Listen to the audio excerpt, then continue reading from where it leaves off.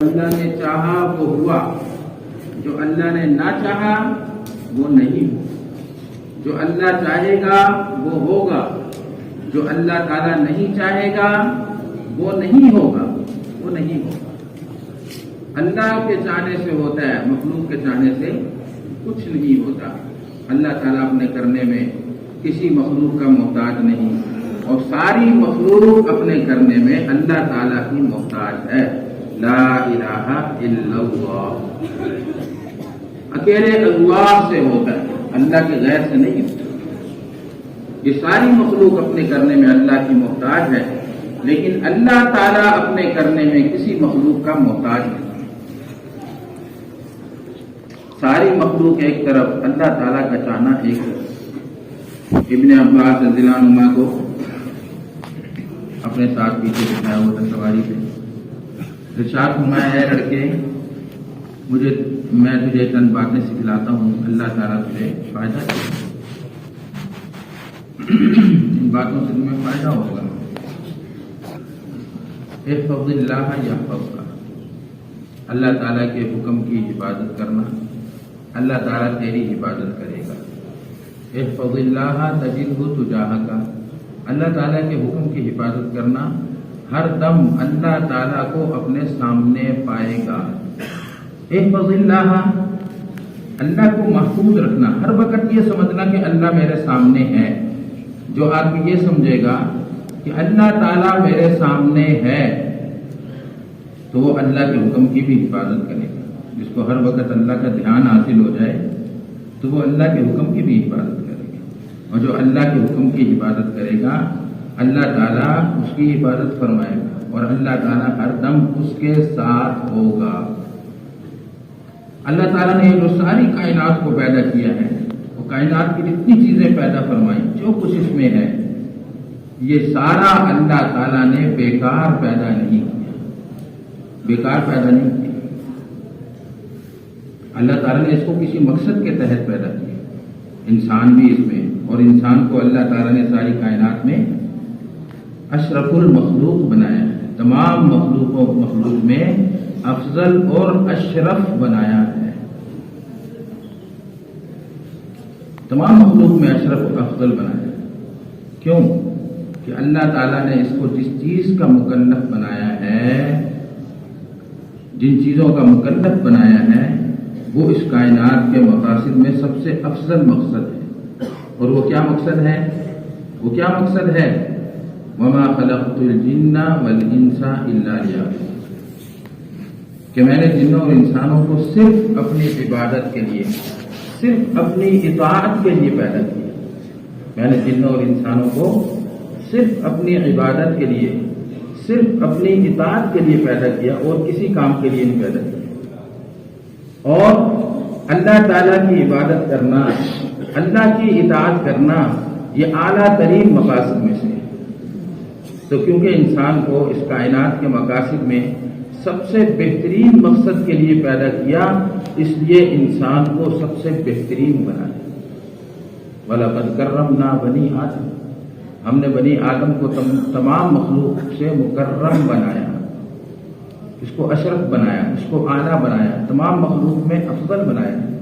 کیونکہ اس کے مقاصد میں کیا داخل ہے؟ الا لیعبدون، صرف اللہ کی عبادت، صرف اللہ کی اطاعت، یہ اس کے مقاصد میں داخل ہے۔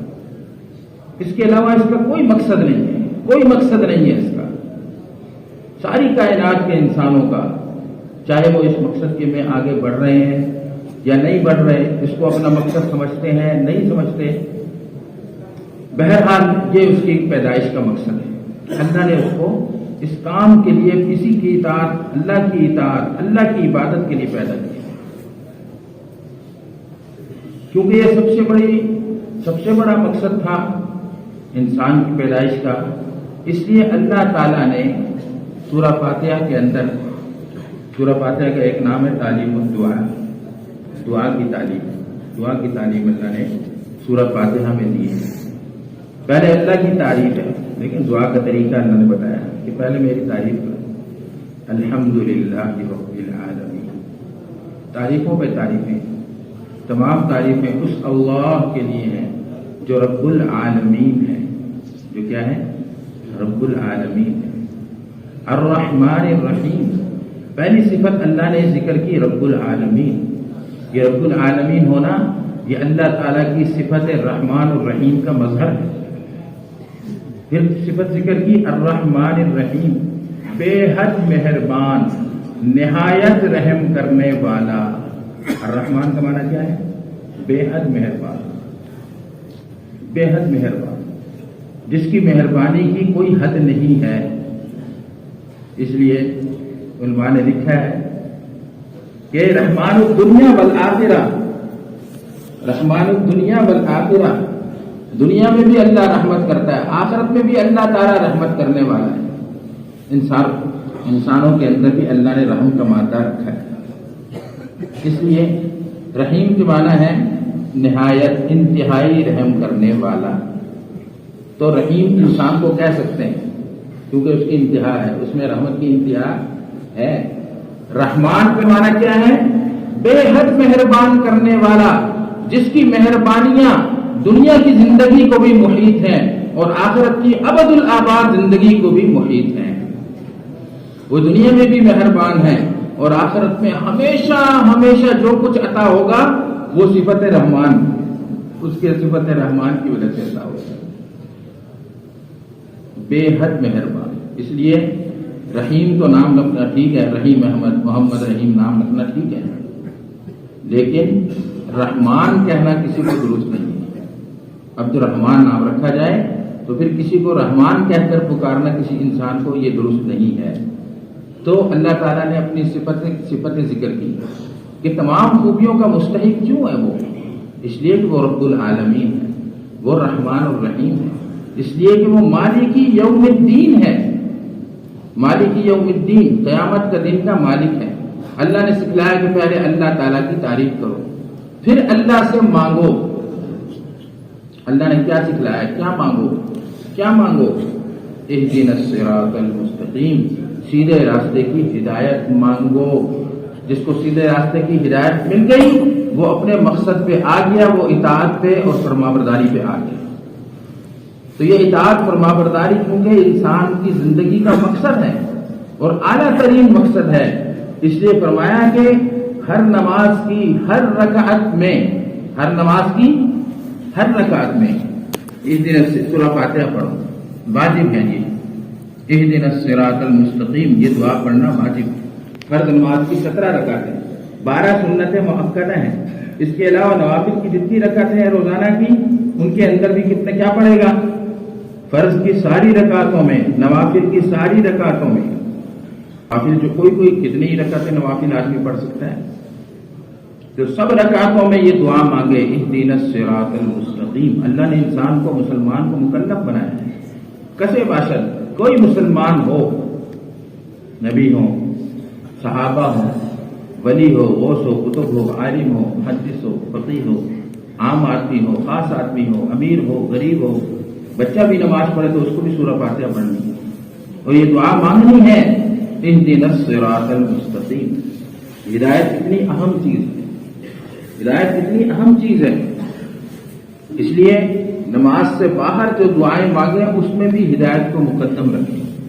یا اللہ مجھے پوری ہدایت نصیب فرما، اور اس سے اگلی بات، یا اللہ ہدایت کو عام فرما، ہدایت کو تام فرما، یعنی پورا دین پوری دنیا میں زندہ فرما۔ یہ ہے دعا، بڑھ کر دعا کیا ہے اس سے؟ یا اللہ ہدایت کو عام فرما، ہدایت کو تام فرما۔ ہدایت کو تام ہونا کیا ہے؟ پورا دین زندہ ہو جائے، اور ہدایت کا عام ہونا کیا ہے؟ ساری دنیا کے انسان اس کو قبول کر لیں۔ یہ دعا، یہ سب سے مقدم دعا ہے۔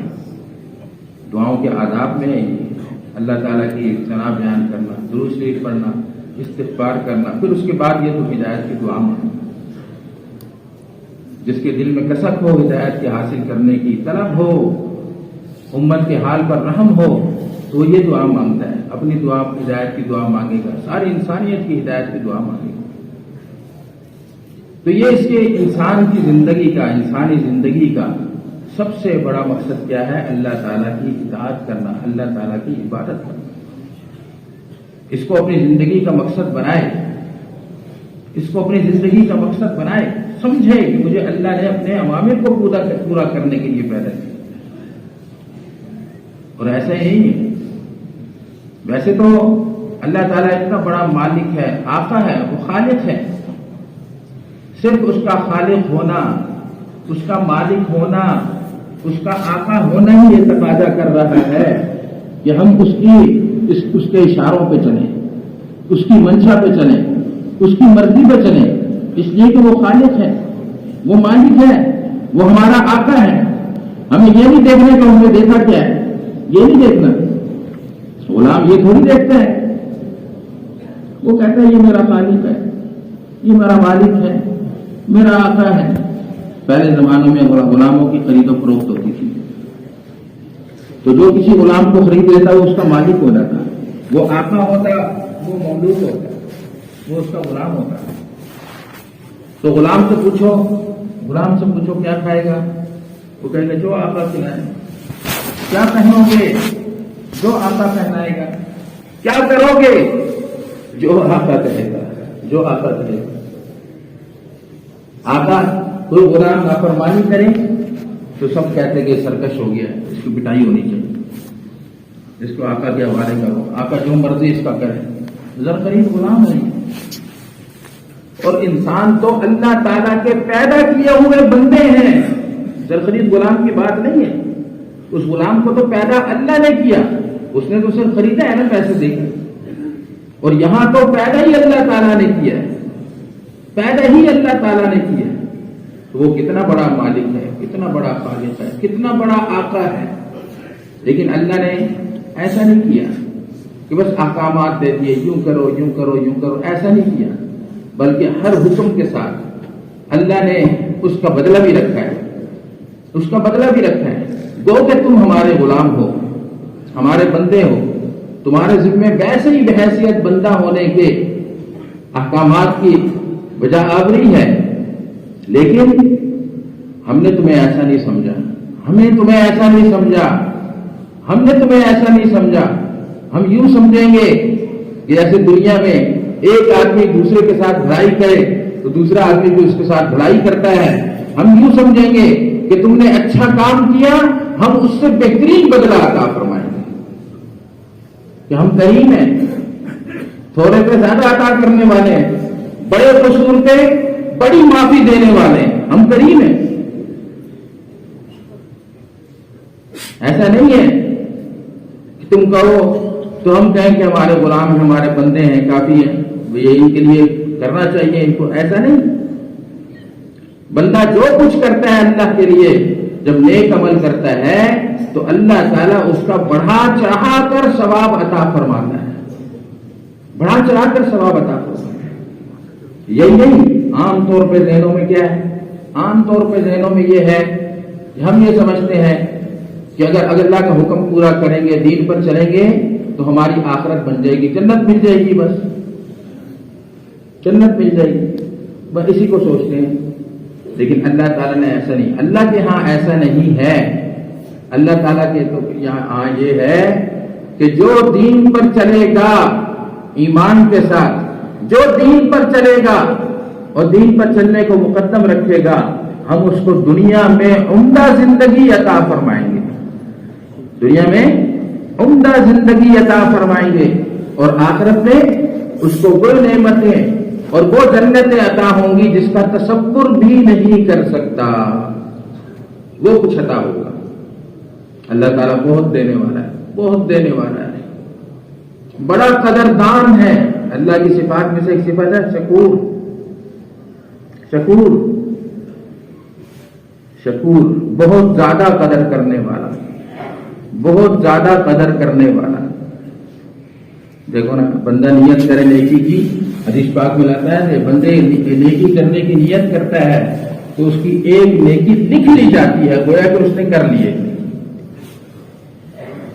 اور بندہ جب گناہ کرنے کا ارادہ کرتا ہے تو اس کا گناہ نہیں لکھا جاتا، بلکہ ایک فرشتہ مقرر ہوتا ہے، وہ اس کو منع کرتا ہے کہ نیت تو نے خراب کر لی، عمل کا خراب نہ کر۔ جب وہ کر لیتا ہے تو پھر بھی یہ دائیں طرف والا فرشتہ امیر ہے بائیں طرف والے کا، وہ کہتا ٹھہر جا، ہو سکتا ہے توبہ کر لے، ہو سکتا ہے توبہ کر لے، ہو سکتا ہے توبہ کر لے۔ اگر وہ توبہ کر لیتا ہے تو لکھنے سے پہلے ہی وہ گناہ معاف ہو جاتا ہے، نہیں لکھا جاتا۔ اور اگر توبہ نہیں کرتا، توبہ نہیں کرتا، اصرار کرتا ہے گناہ پہ، تو وہ گناہ لکھ لیا جاتا ہے، لیکن ایک ہی گناہ لکھا جاتا ہے، ایک ہی گناہ لکھا جاتا ہے۔ پھر اللہ پاک کا کرم دیکھیں، گناہ کر لیا، اس کے جسم سے گناہ صادر ہو گیا، زبان سے گناہ صادر ہو گیا، کان سے گناہ صادر ہو گیا، آنکھ سے گناہ صادر ہو گیا، پاؤں سے گناہ صادر ہو گیا، واپس ہو سکتا ہے؟ واپس ہو سکتا ہے؟ لکھ لیا، فرشتے نے لکھ لیا، اب یہ گناہ واپس نہیں ہو سکتا۔ لیکن اللہ تعالیٰ کے کرم کے قربان کہ جب بھی یہ معافی مانگے گا، یا اللہ میں بڑا گناہ گار ہوں، مجھ سے گناہ ہو گیا، مجھے معاف کر دے، تو اللہ تعالیٰ کا حکم ہوگا فرشتے کو کہ اس گناہ کو مٹا دو، اس گناہ کو مٹا دو۔ تو اللہ کی فرما برداری، اللہ مان کے چلنا، آقا مان کے چلنا، اپنا رب مان کے چلنا، یہ ہماری زندگی کا مقصد ہے۔ اور یہ نہیں کہ چلے تو ٹھیک ہے، نہ چلے تو کوئی مسئلہ نہیں، چلنا ہے، اللہ کی طرف سے حکم ہے۔ یہ پختگی کے ساتھ دین پر چلنا، یہ مقصود ہے، یہ مطلوب ہے، پورے دین پر چلنا اور پختگی کے ساتھ چلنا۔ یا ایھا الذین آمنوا ادخلوا فی السلم کافہ، اے ایمان والو پورے کے پورے دین میں داخل ہو جاؤ۔ ولا تتبعوا خطوات الشیطان، شیطان کے نشانات قدم کا اتباع نہ کرو کہ کچھ دین پر چلیں گے، کچھ اپنی مرضی کریں گے، ایسا نہیں، پورے دین پر چلنا ہوگا، تمام شعبوں میں دین پر چلنا ہوگا، عبادات میں بھی دین پر چلنا ہے، عقائد بھی اپنے ٹھیک دینی عقائد جو ہیں ان کے مطابق اپنے عقائد ٹھیک کرنے ہوں گے، عبادات ٹھیک کرنی ہوں گی، اپنی مرضی اس میں داخل نہیں کرنی، معاملات میں اپنی مرضی داخل نہیں کرنی کہ بھائی جیسے دنیا میں معاملات چل رہے ہیں ویسے ہی کرتے ہیں، نہیں، پوچھ کر کرنا علماء کرام سے کہ اللہ کا کیا حکم، نبی صلی اللہ علیہ وسلم کا کیا طریقہ، ایسے ہی نہیں، معاشرت رہن سہن میں جس کے ساتھ چاہے جو سلوک کر دو، ایسا نہیں کرنا۔ صحابیہ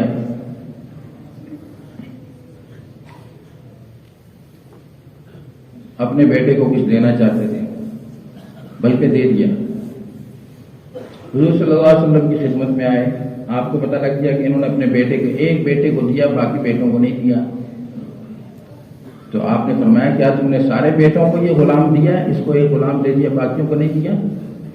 یا رسول اللہ نہیں، یا تو اس سے بھی لے لو یا سب کو دو، یہ نہیں کہ میرا مال ہے میں جس کو چاہے دوں، جس سے چاہے لے لوں، میں جہاں چاہے رکھوں، جہاں چاہے استعمال کروں، جہاں چاہے نہ استعمال کروں، نہیں، مستقل طور پہ قیامت میں پوچھو گی کہ مال کہاں سے کمایا اور کہاں خرچ کیا، کہ پورے دین پر چلنا ہے، پورے دین پر چلنا ہے،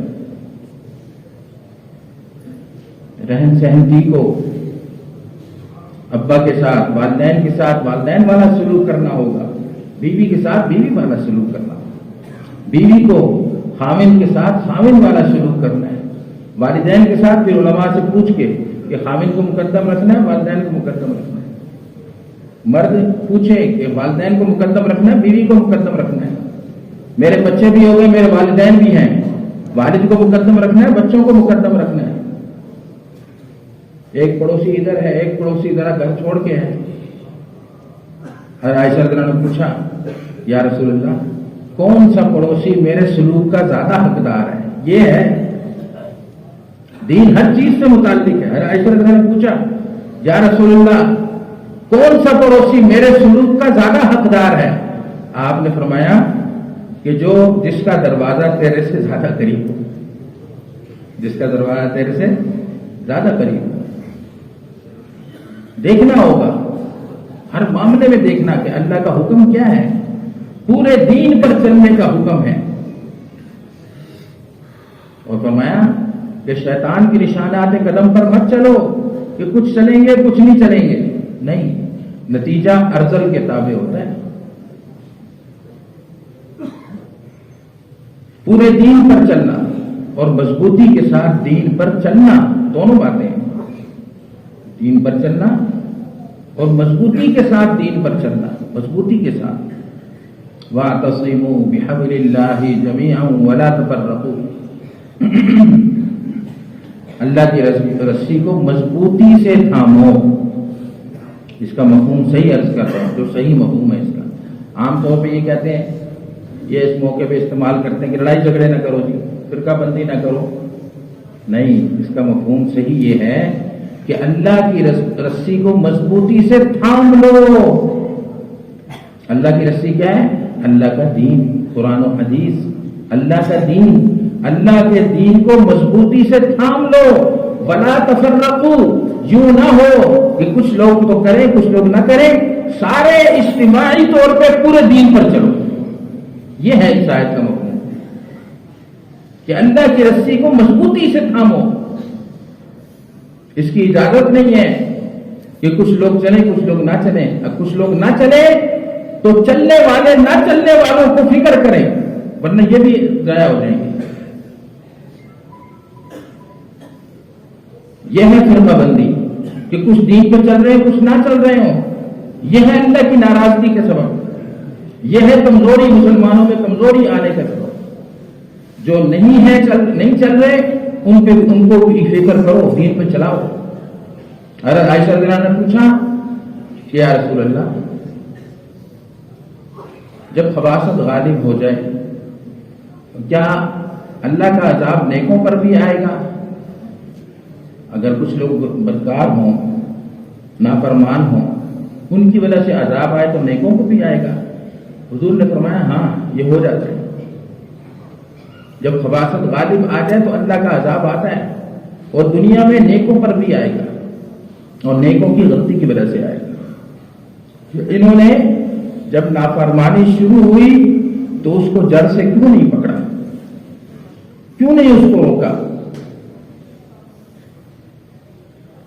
برائی سے نہ روکنے کی وجہ سے تو اللہ کا عذاب آتا ہے، اللہ کی مدد رک جاتی ہے، دعائیں قبول نہیں ہوتی، دعائیں قبول نہیں ہوتی۔ انہوں نے ان کو روکا کیوں نہیں؟ اس لیے کیا فرمایا؟ سارے اجتماعی طور پر پورے دین کو تھامو اور مضبوطی کے ساتھ تھامو، مضبوطی کے ساتھ تھامو۔ فَأَمَّا الَّذِينَ آمَنُوا بِاللَّهِ وَاعْتَصَمُوا بِهِ فَسَيُدْخِلُهُمْ فِي رَحْمَةٍ مِّنْهُ وَفَضْلٍ وَيَهْدِيهِمْ إِلَيْهِ صِرَاطًا مُسْتَقِيمًا۔ جو لوگ اللہ پر ایمان لائے اور اللہ کو تھام لیا، کیا کیا؟ اللہ تعالیٰ کو تھام لیا، تھام لیا۔ تھام لیا کا لفظ کب استعمال ہوتا ہے؟ جب آدمی ڈگمگا رہا ہو، مشکل میں پھنسا ہو، کسی حلقے کو تھام لے، کوئی اس کا ہاتھ تھام لے، کسی کا ہاتھ تھام لے تو مضبوطی سے پکڑے گا یا نہیں؟ مضبوطی سے پکڑے گا یا نہیں؟ اور وہ سمجھے گا کہ میں جب تک تھاما رکھا میں بچا رہوں گا، اگر میں ہٹ گیا تو میں ہلاک ہو جاؤں گا۔ یہی معنی ہے اس بات۔ اللہ پر ایمان لائے پھر اللہ کو تھام لیا، چمٹے رہے اللہ کے دین کے ساتھ۔ فَسَيُدْخِلُهُمْ فِي رَحْمَةٍ مِّنْهُ وَفَضْلٍ، اللہ ان کو اپنی رحمت کی بارشیں کرے گا، ان کو اپنی رحمتوں میں داخل کرے گا، اپنے فضل میں داخل کرے گا، اور ان لوگوں کو اللہ سیدھا راستہ دکھائے گا، اللہ اپنے تک پہنچنے کا سیدھا راستہ دکھائے گا۔ وَمَن يَعْتَصِم بِاللَّهِ فَقَدْ هُدِيَ إِلَىٰ صِرَاطٍ مُسْتَقِيمٍ، جو اللہ کے ساتھ چمٹ گیا۔ اس آیت میں یہ بتا رہے سب میں اعتصام کا لفظ ہے، اعتصام، کہ جو اللہ کے ساتھ چمٹ گیا، تھام لیا اللہ کو، اللہ کے دین کو تھام لیا، پکڑ لیا، چھوڑنا نہیں ہے اب، تو اس کو سیدھے راستے کی رہنمائی کر دی گئی۔ تو جو نیت کر لیتا ہے کہ میں نے اللہ کے دین پر چلنا ہے اور اللہ کے حکموں کو مضبوطی سے اب تھام لیا میں نے، اب اللہ کی طرف سے ہدایت شروع ہو گئی، اب ہدایت شروع ہو گئی۔ تو مضبوطی کے ساتھ جمنا دین پر، یہ نہیں کہ ڈھیلے بھی نہیں. حضور صلی اللہ علیہ وسلم کی دعاؤں میں سے ہے اور یہ ہمارے لیے تعلیم ہے. رب اجعلنی لک شکارا، یا اللہ بہت زیادہ شکر گزار بندہ بنا. لک ذکارا، بہت زیادہ ذکر کرنے والا بنا. لک رہابا، یا اللہ مجھے بہت زیادہ اپنے سے ڈرنے والا بنا. لک مطوعا، مطوعا اطاعت سے، لک مطوعا بہت زیادہ اطاعت گزار بنا. لک مطیعا، اپنا مطیع بنا لے. الیک مخبتا، الیک مخبتا، اللہ کی طرف رجوع کرنے والا، اللہ کی طرف بھاگنے والا، اللہ اپنی طرف بھاگنے والا بنا دے. اب اس کی مثال مخلوق میں نہیں دی جا سکتی. اللہ تعالیٰ مخلوق کی مثالوں سے مبرہ ہے کہ آدمی پہ کوئی حال آئے فوراً اللہ کی طرف بھاگے. الیک مخبتا الیک اواہم منیبا، کہ جب کوئی مشکل پریشانی آئے اوہ کرتا، روتا روتا اللہ کے دربار میں جائے. یہ حضور خود تو تھے ایسے، خود تو تھے ایسے. ہر مشکل میں، ہر مصیبت میں پریشان ہو کے فوراً اللہ کی طرف متوجہ ہو جاتے ہیں. انس بن نضر فرماتے ہیں کہ کیا کہ حضور کے زمانے میں ذرا بادل گرجتا، بادل آتا تو فوراً مسجد کی طرف بھاگتے تھے، فوراً مسجد کی طرف بھاگتے تھے کہ کہیں وہ عذاب تو نہیں آ گیا. جو ایک قوم نے بادل کو دیکھتے ہوئے کہا کہ چلو یہ بادل آ رہے ہیں ہم پر برسیں گے. وہ بادل کیا ہے؟ بادل سے ایسی بجلی برسی اور ایسی چیخ آئی کہ سب کے کلیجے پھٹ گئے، مر گئے. مجھے ڈر لگتا ہے کہ وہ بادل نہ ہو. فوراً نماز کی طرف متوجہ ہو جاتے، فوراً اللہ کی طرف متوجہ ہوتا. علی رضی اللہ فرماتے ہیں میں بدر کے دن دیکھتا رہا حضور صلی اللہ علیہ وسلم کو. ایک دفعہ جا کر دیکھا تو دعاؤں میں لگے ہوئے، کیا کہہ رہے ہیں؟ یا حی یا قیوم، یا حی یا قیوم، یا حی یا قیوم. صبح بدر کا موقع ہے، ساری رات صحابہ فرماتے ہیں ساری رات کھڑے دعا مانگتے رہے، نماز پڑھتے رہے، دعا مانگتے رہے، نماز پڑھتے رہے، دعا مانگتے رہے. الیک اواہم منیبا، یہ ہے کہ دین میں پورے دین پر عمل کرنا اور مضبوطی کے ساتھ دین کو تھام لینا، مضبوطی کے ساتھ دین کو تھام لینا، تھام لینا. ہلکی پھلکی ضرورتیں ہمیں دین سے رکاوٹ نہ بنے. علماء نے تفصیل سے مسائل بیان کر دیے ہیں. نماز پڑھنی اپنے وقت پر پڑھنی ہے، مسجد میں جا کے پڑھنی ہے. کیا کیا آزار ہیں، کیا کیا عذر ایسے ہیں جن کی بنیاد پہ ہم گھر میں نماز پڑھ سکتے ہیں، کیا کیا آزار ہیں جن کی بنیاد پہ بجائے کھڑے ہونے کے بیٹھ کے پڑھ سکتے ہیں، کون سے عذر ہیں جن کی بنیاد پر ہم بجائے بیٹھ کے لیٹ کے پڑھ سکتے ہیں. یہ آزار علماء نے واضح کر دیے ہیں. ان عذروں کی وجہ سے آدمی نیچے آ سکتا ہے، ورنہ نہیں. مضبوطی کے ساتھ دین کو تھامنا اور اچھی طرح دین کو تھامنا. جو ایسا کرے گا اب وہ پریشانی، اب سننے والے بھی اور لوگ کہیں گے کہ بھئی پھر ہمارے کھانے پینے کا کیا ہوگا، اس کا کیا ہوگا، اس کا کیا ہوگا. نہیں، کھانے پینے کی اللہ نے ممانعت نہیں کی، کاروبار کی ممانعت نہیں ہے، کمائی میں لگنے کی ممانعت نہیں ہے، بلکہ بعض موقعوں پہ لگنا ضروری ہے، ممانعت نہیں ہے. لیکن ہم چل رہے ہوں اس نہج پر اور ہمارے کاروبار، ہماری ملازمتیں، نوکریاں اور ہمارے کمائی کے مشاغل ہمیں اللہ کے راستے سے نہ روکیں، اللہ کے دین سے نہ روکیں، اللہ کے حکم کو پورا کرنے سے نہ روکیں، اللہ کے حکم کو پورا کرنے سے نہ روکیں. یہ ضروری بات ہے. اس شرط پہ لگنا جائز ہے، اس شرط پہ لگنا جائز ہے کہ کاروبار میں لگ کے، اپنے کمائی کے کام میں لگ کے اللہ کے حکم کو قضا نہ کریں، چھوڑے نہیں. اللہ کے حکم کے اندر کمی نہیں آنی چاہیے، کمی نہیں آنی چاہیے. اگر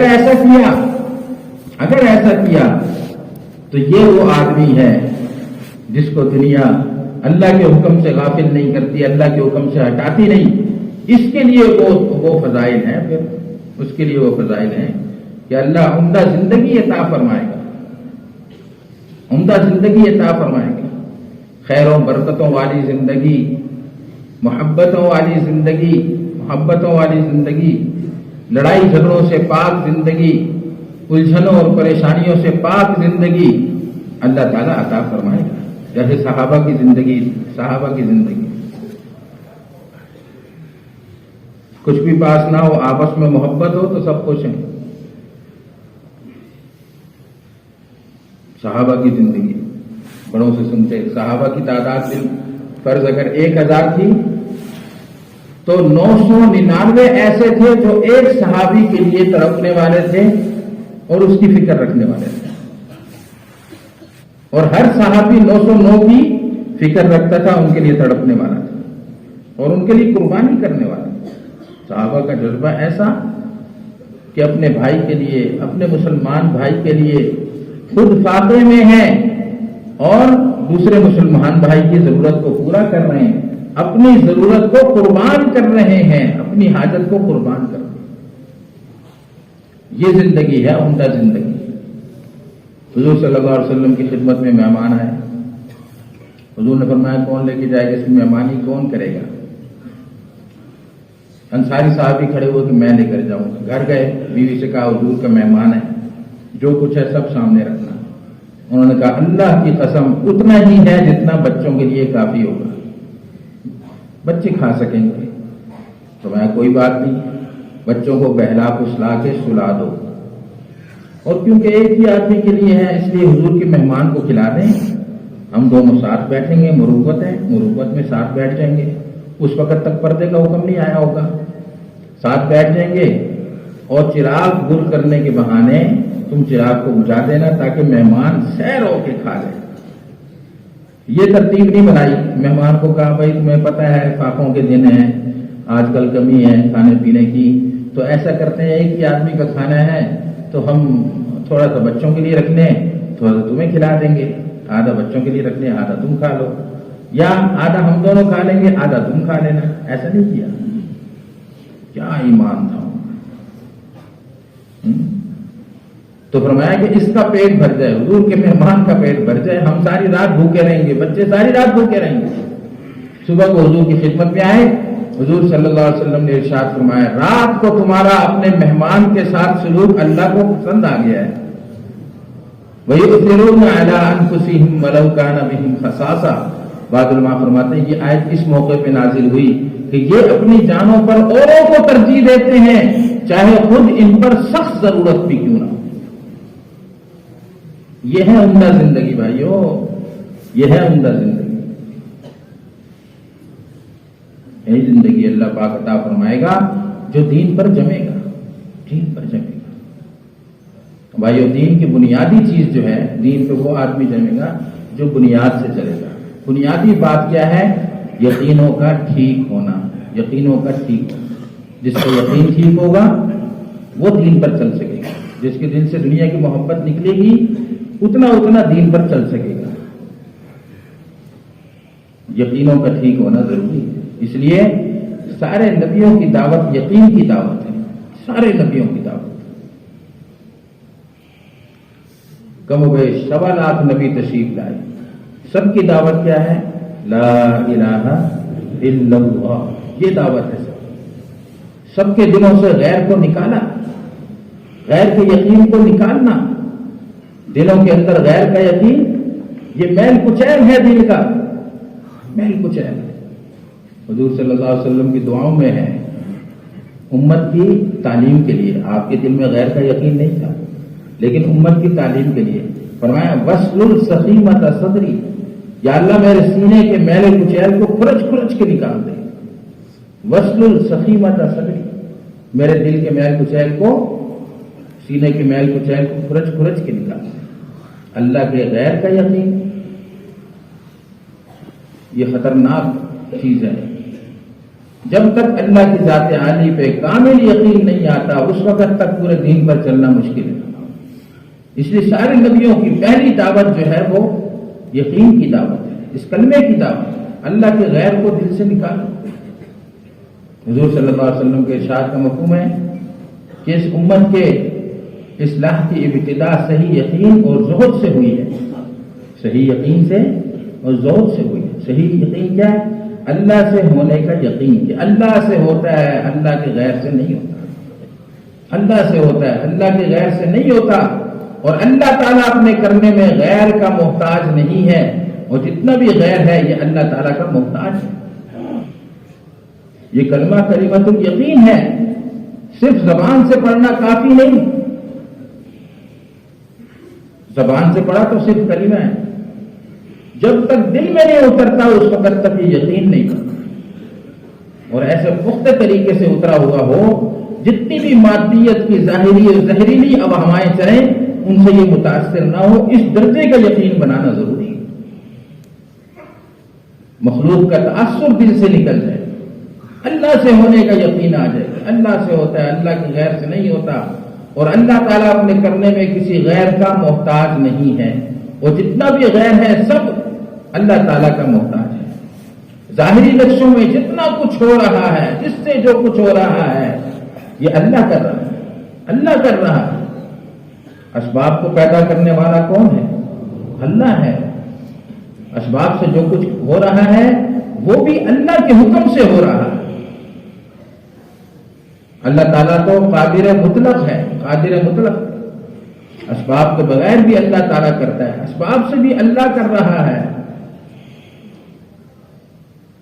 اللہ تعالیٰ ہمیشہ سے ایسا ہے، جو چاہتا ہے سو کرتا ہے، جو نہیں چاہتا، جس کے نہ کرنے کو چاہ لے وہ کبھی نہیں ہو سکتا۔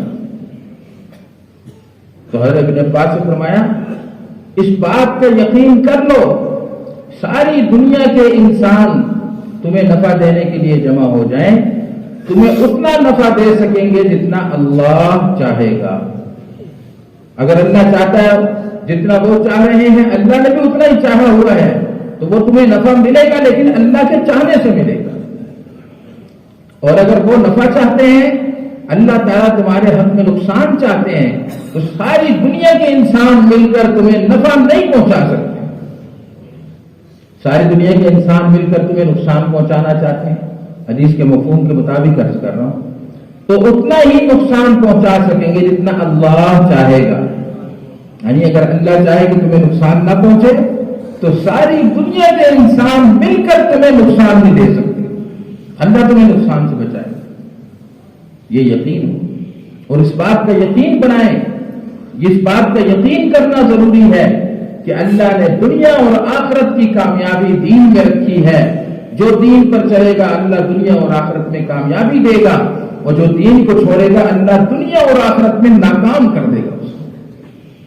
وَمَنْ أَعْرَضَ عَنْ ذِكْرِي فَإِنَّ لَهُ مَعِيشَةً ضَنْكًا، کہ جو ہمارے ذکر سے، ہمارے قرآن سے، ہمارے دین سے، ہماری نصیحت سے اعراض کرے گا، اس کی دنیا کے لیے زندگی تنگ ہے، پھر اس کے دنیا کی زندگی تنگ ہے۔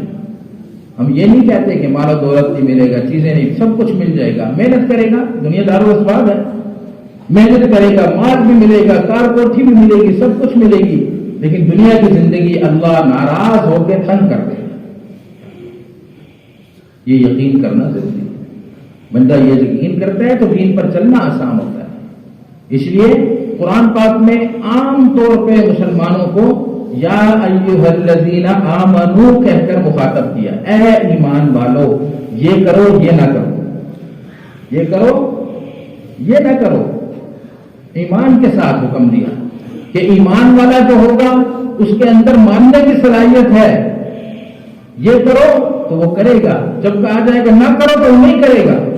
ایمان کی بنیاد پہ، یقین کی بنیاد پہ یہ صلاحیت پیدا ہوگی اس کے، اس لیے ایمان کے ساتھ مخاطب فرمایا، ایمان کے ساتھ، ایمان کی بنیاد پہ اعمال کرے گا، ایمان کی بنیاد پہ فرائض کو ادا کرے گا، ایمان کی بنیاد پہ، یقین کی بنیاد پہ جنت کی طلب پیدا ہوگی، اور ایمان و یقین کی بنیاد پہ جہنم سے بچنے کی کوشش کرے گا۔ یہ سب ایمان کی بنیاد ہے، اس لیے ایمان و یقین کو بنانا ضروری ہے، اور اس کو بنانے کے لیے روزانہ ایمان و یقین کی دعوت دینا ضروری ہے۔ روزانہ ایمان و یقین کی دعوت دینا ضروری ہے. ہر ایک کو کہیں اللہ سے ہوتا ہے، اللہ کے غیر سے نہیں ہوتا، اور اللہ تعالیٰ نے دنیا اور آخرت کی کامیابی اپنے حکموں کو پورا کرنے میں رکھی ہے. جو حکموں کو پورا کرے گا وہ کامیاب ہوگا، جو حکموں کو پورا نہیں کرے گا وہ ناکام ہو جائے گا. روزانہ کہیں، ہر ایک کو دعوت دیں. اور کیا چیز ہے کہ مشکل وقت میں اللہ کے حکم پر